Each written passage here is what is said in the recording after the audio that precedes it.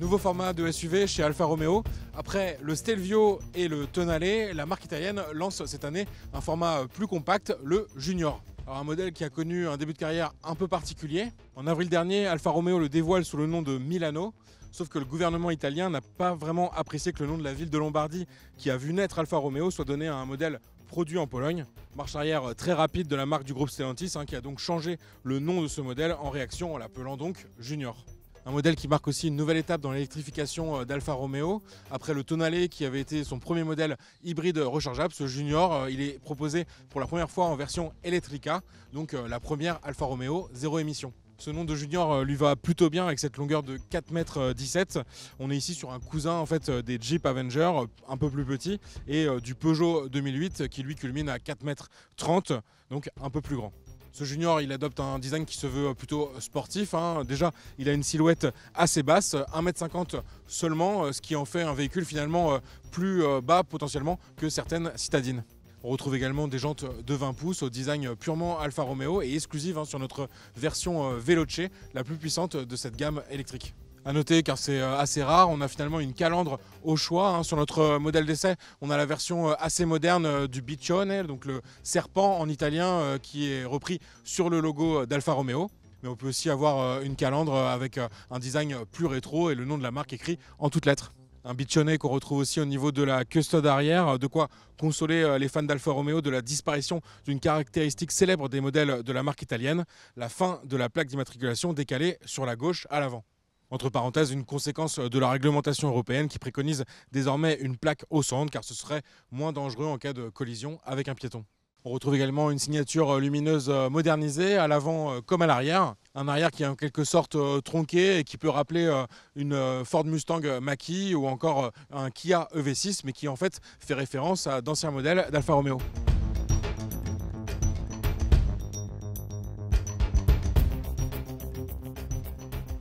À l'intérieur de cet Alfa Romeo Junior, on découvre une ambiance à la fois premium et sportive. Pour la partie premium, ça va consister notamment à l'utilisation de matériaux comme de l'Alcantara un peu partout autour de moi.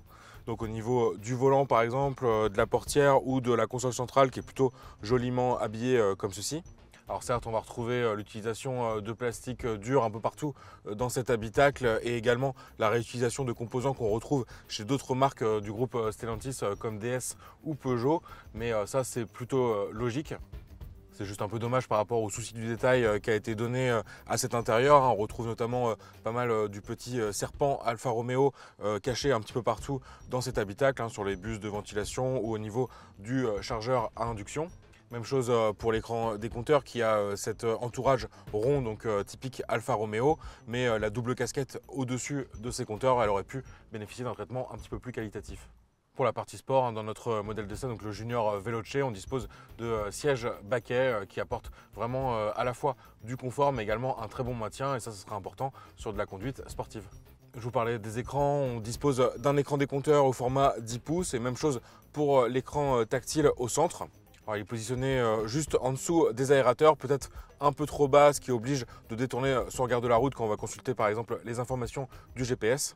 Mais l'avantage c'est qu'on va vraiment avoir pas mal de raccourcis physiques pour s'occuper de la climatisation et ça c'est assez essentiel. Pas besoin de recourir uniquement à l'écran tactile pour régler le chauffage ou la ventilation. Et au-dessus de cet écran, on va retrouver 4 touches physiques assez pratiques pour accéder rapidement au menu principal, au réglage du véhicule, au verrouillage des portes ou encore au warning. Et on dispose du Android Auto CarPlay sans fil, donc uniquement via la connexion Bluetooth et ça c'est assez pratique. On est dans un véhicule assez compact, mais à l'avant, on ne se sent pas vraiment trop à l'étroit. À l'arrière, c'est un petit peu moins le cas. Forcément, on va avoir moins d'espace à la tête, même s'il y a un travail qui a été fait sur ces sièges baquets qui sont creusés pour laisser notamment de l'espace aux jambes.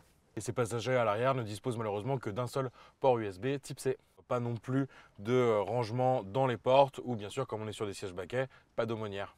Alfa Romeo a clairement voulu privilégier le volume de coffre. Sur cette version électrique, il offre 400 litres de volume de chargement, ce qui est assez élevé pour cette catégorie.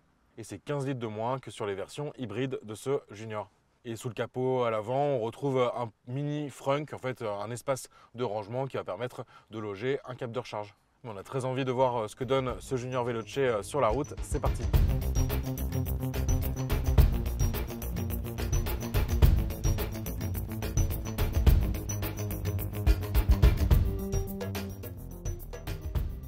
À bord de ce Junior électrique en version Veloce, on a vraiment un très bon compromis entre dynamisme et confort, ce qui est d'ailleurs dans l'ADN de la marque Alfa Romeo. On a vraiment ce format de petit SUV urbain assez agile, avec un rayon de braquage d'à peine plus de 10 mètres, donc assez pratique pour manœuvrer en ville notamment.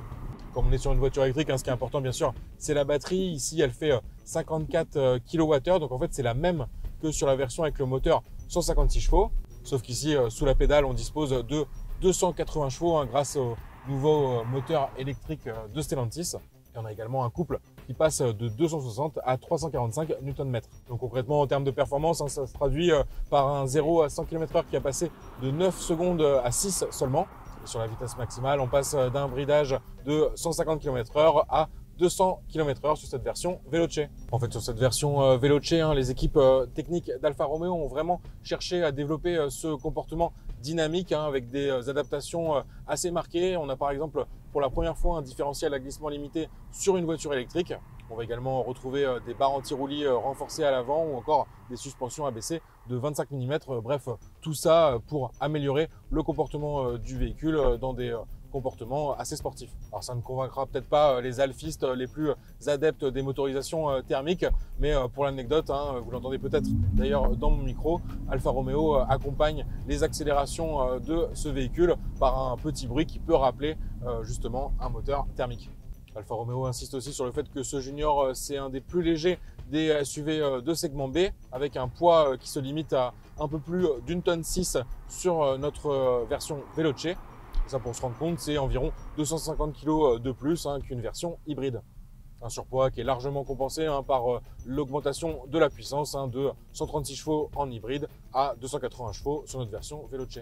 Alors, on a vraiment pu apprécier ce comportement très dynamique de ce Junior Veloce sur des routes de montagne avec un véhicule très à l'aise, notamment en courbe. Et on a même eu le droit à une petite expérience sur circuit, au driving experience du Castellet. De quoi rechercher un peu plus les limites du véhicule, qui est vraiment pas destiné à un usage sur circuit. Donc des conditions de sécurité sur circuit essentielles pour justement constater l'impressionnante stabilité de ce Junior Veloce dans les courbes. Et là encore, sur ces situations assez extrêmes, ce petit Junior Veloce, il assure vraiment bien et il impressionne par sa stabilité toujours en courbe.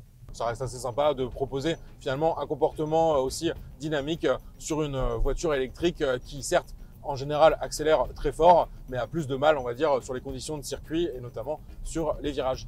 Alors forcément, dans ces conditions, la consommation électrique s'emballe. Finalement, on ne va pas vraiment regarder cet aspect-là. Dans ce cadre, on a d'ailleurs vu la consommation s'élever au-delà des 50 kWh au 100, donc un usage extrême parce que là, on n'aurait finalement qu'une autonomie réduite à 100 km. Mais dans des conditions normales d'utilisation, on peut tabler sur un peu plus. Alfa Romeo donne une autonomie de 410 km pour la version électrique de 156 chevaux. Elle était encore en cours d'homologation lors de notre essai pour cette version Veloce, avec un usage normal, notamment en ville et sur voie rapide, on arrivait à une consommation qui peut laisser espérer une autonomie d'environ 320 km en conditions réelles.